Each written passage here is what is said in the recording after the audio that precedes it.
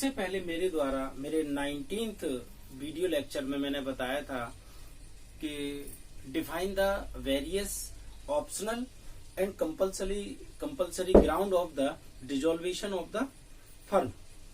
Firm की समाप्ति के वैकल्पिक और अनिवार्य आधारों को बताइए।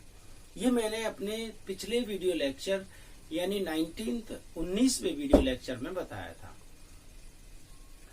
आज भी मेरे द्वारा डिसॉल्वेशन ऑफ द फर्म बताया जाएगा, लेकिन फर्म डिसॉल्यूशन बाय कोर्ट, न्यायालय द्वारा फर्म का डिसॉल्यूशन किस तरह और किन आधारों पर होगा, इस पर आज हम चर्चा करेंगे। Define the ground of dissolution of A firm by the court. किन आधारों पर न्यायालय द्वारा एक फर्म की समाप्ति की जाती है। देखिए 1 से लेकर 7 तक मैंने यहाँ 7 आधार बताए हैं। 1 बाय 1 करके हम समझ लेते हैं। Number first, when A partner unsound, जब एक पक्षकार अस्वस्थ हो। इनकैपेसिटी ऑफ पार्टनर, जब कोई पक्षकार अयोग्य हो। मिसकंडक्ट ऑफ पार्टनर, जब किसी पक्षकार द्वारा कदाचार किया जाए। Breach of agreement bye partner, जब किसी पक्षकार द्वारा करार के खिलाफ कार्य किया जाए यानी करार को भंग किया जाए। Transfer of interest by partner, जब किसी पक्षकार द्वारा अपने हित को अंतरित किया जाए। परपेचुअल लॉस, लगातार नियमित रूप से नुकसान हो रहा हो, हानि हो रही हो। जस्ट एंड इक्विटेबल ग्राउंड, न्याय संगत और समानता के आधार पर हो। तो एक एक करके हम समझ लेते हैं इसको। नंबर फर्स्ट में दे रखा है यहाँ, when A partner unsound mind, जब सभी साझेदारों में से कोई एक साझेदार, मान लीजिए अनसाउंड माइंड हो यानी मानसिक रूप से विकृत हो, तो ऐसी विकृति के आधार पर उसको हम रिप्लेस नहीं कर सकते। लेकिन ध्यान रहे जितने साझेदार उसमें एंटर हुए हैं वो सभी के सभी डिसॉल्व हो जाएंगे, यानी कंपनी यानी फर्म डिसॉल्व हो जाएगी। सेकंड, इनकैपेसिटी ऑफ पार्टनर, साझेदार की अयोग्यता।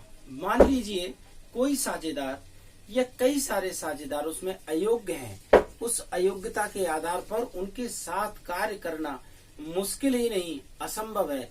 तो ऐसी असंभवता की स्थिति में सभी साझेदारों द्वारा आपसी सामंजस्य के आधार पर उस फर्म को समाप्त कर दिया जाएगा। थर्ड, मिसकंडक्ट ऑफ पार्टनर, साझेदारों का कदाचार होना, यानी जब साझेदार कदाचार या आचरण का नियमित रूप से पालन नहीं करते हैं, दुराचरण करते हैं, यानी कि जिन नीतियों का पालन करना चाहिए उन नीतियों का पालन न करते हुए उनके खिलाफ कोई कार्य करते हैं, शर्तों का उल्लंघन करते हैं, तो ऐसी स्थिति में भी फर्म को समाप्त किया जा सकता है। Next, breach of agreement bye partner. ध्यान रहे विद्यार्थियों, शायद आप जानते होंगे कि हम एग्रीमेंट या संविदा क्यों करते हैं। एग्रीमेंट यानी करार,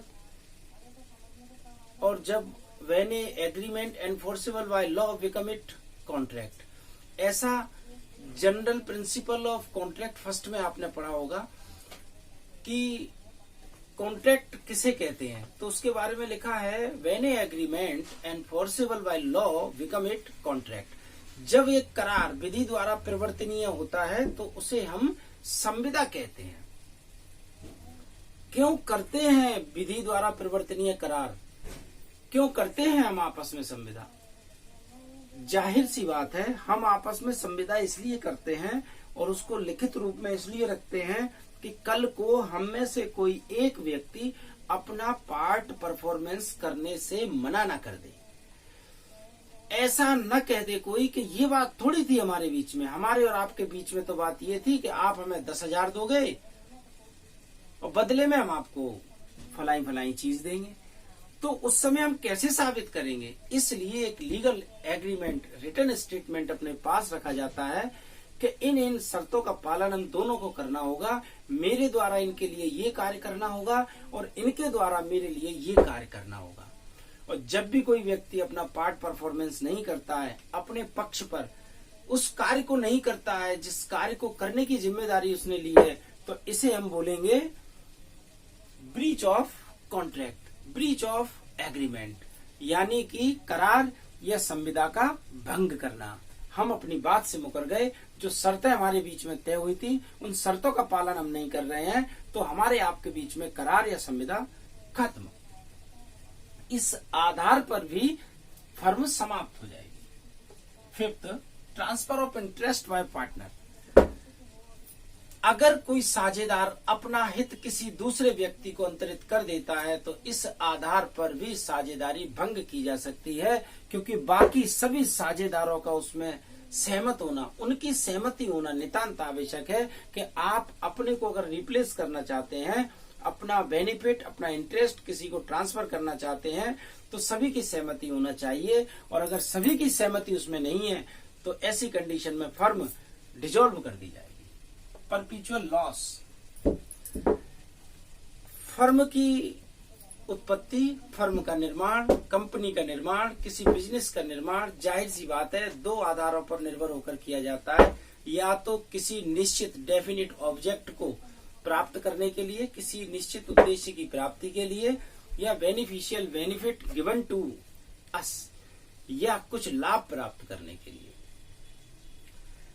अगर लाभ प्राप्त करने के लिए कोई फर्म उत्पन्न की गई है तो ध्यान रहे, अगर लगातार उसमें हानि की स्थिति चल रही हो, लगातार नुकसान हो रहा हो, तो ऐसी स्थिति में क्या किया जाएगा? सभी साझेदार मिलकर आपसी सामंजस्य से उस फर्म को डिसॉल्व कर देंगे।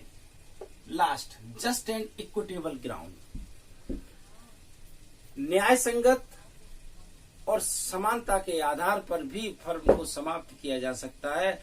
मान लीजिए कुछ परिस्थितियां ऐसी उत्पन्न हो जाती हैं जिसमें परिस्थितियों को देखकर और न्यायालय में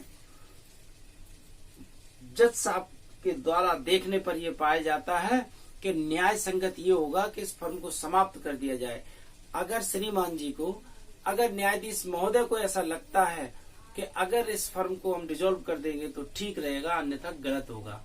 it is totally depend on discretion power of the court. यह न्यायालय के स्वविवेक पर आधारित है कि वह अपने स्वविवेक पर आधारित होकर इस डिस्क्रिशन पावर का उपयोग कर सकता है या नहीं। अगर वो कर सकता है, अगर उसे करना है, तो फिर वो अपने इस डिस्क्रिशन पावर का उपयोग करते हुए न्याय संगत परिस्थितियों के आधार पर फर्म की समाप्ति कर देगा। धन्यवाद विद्यार्थियों।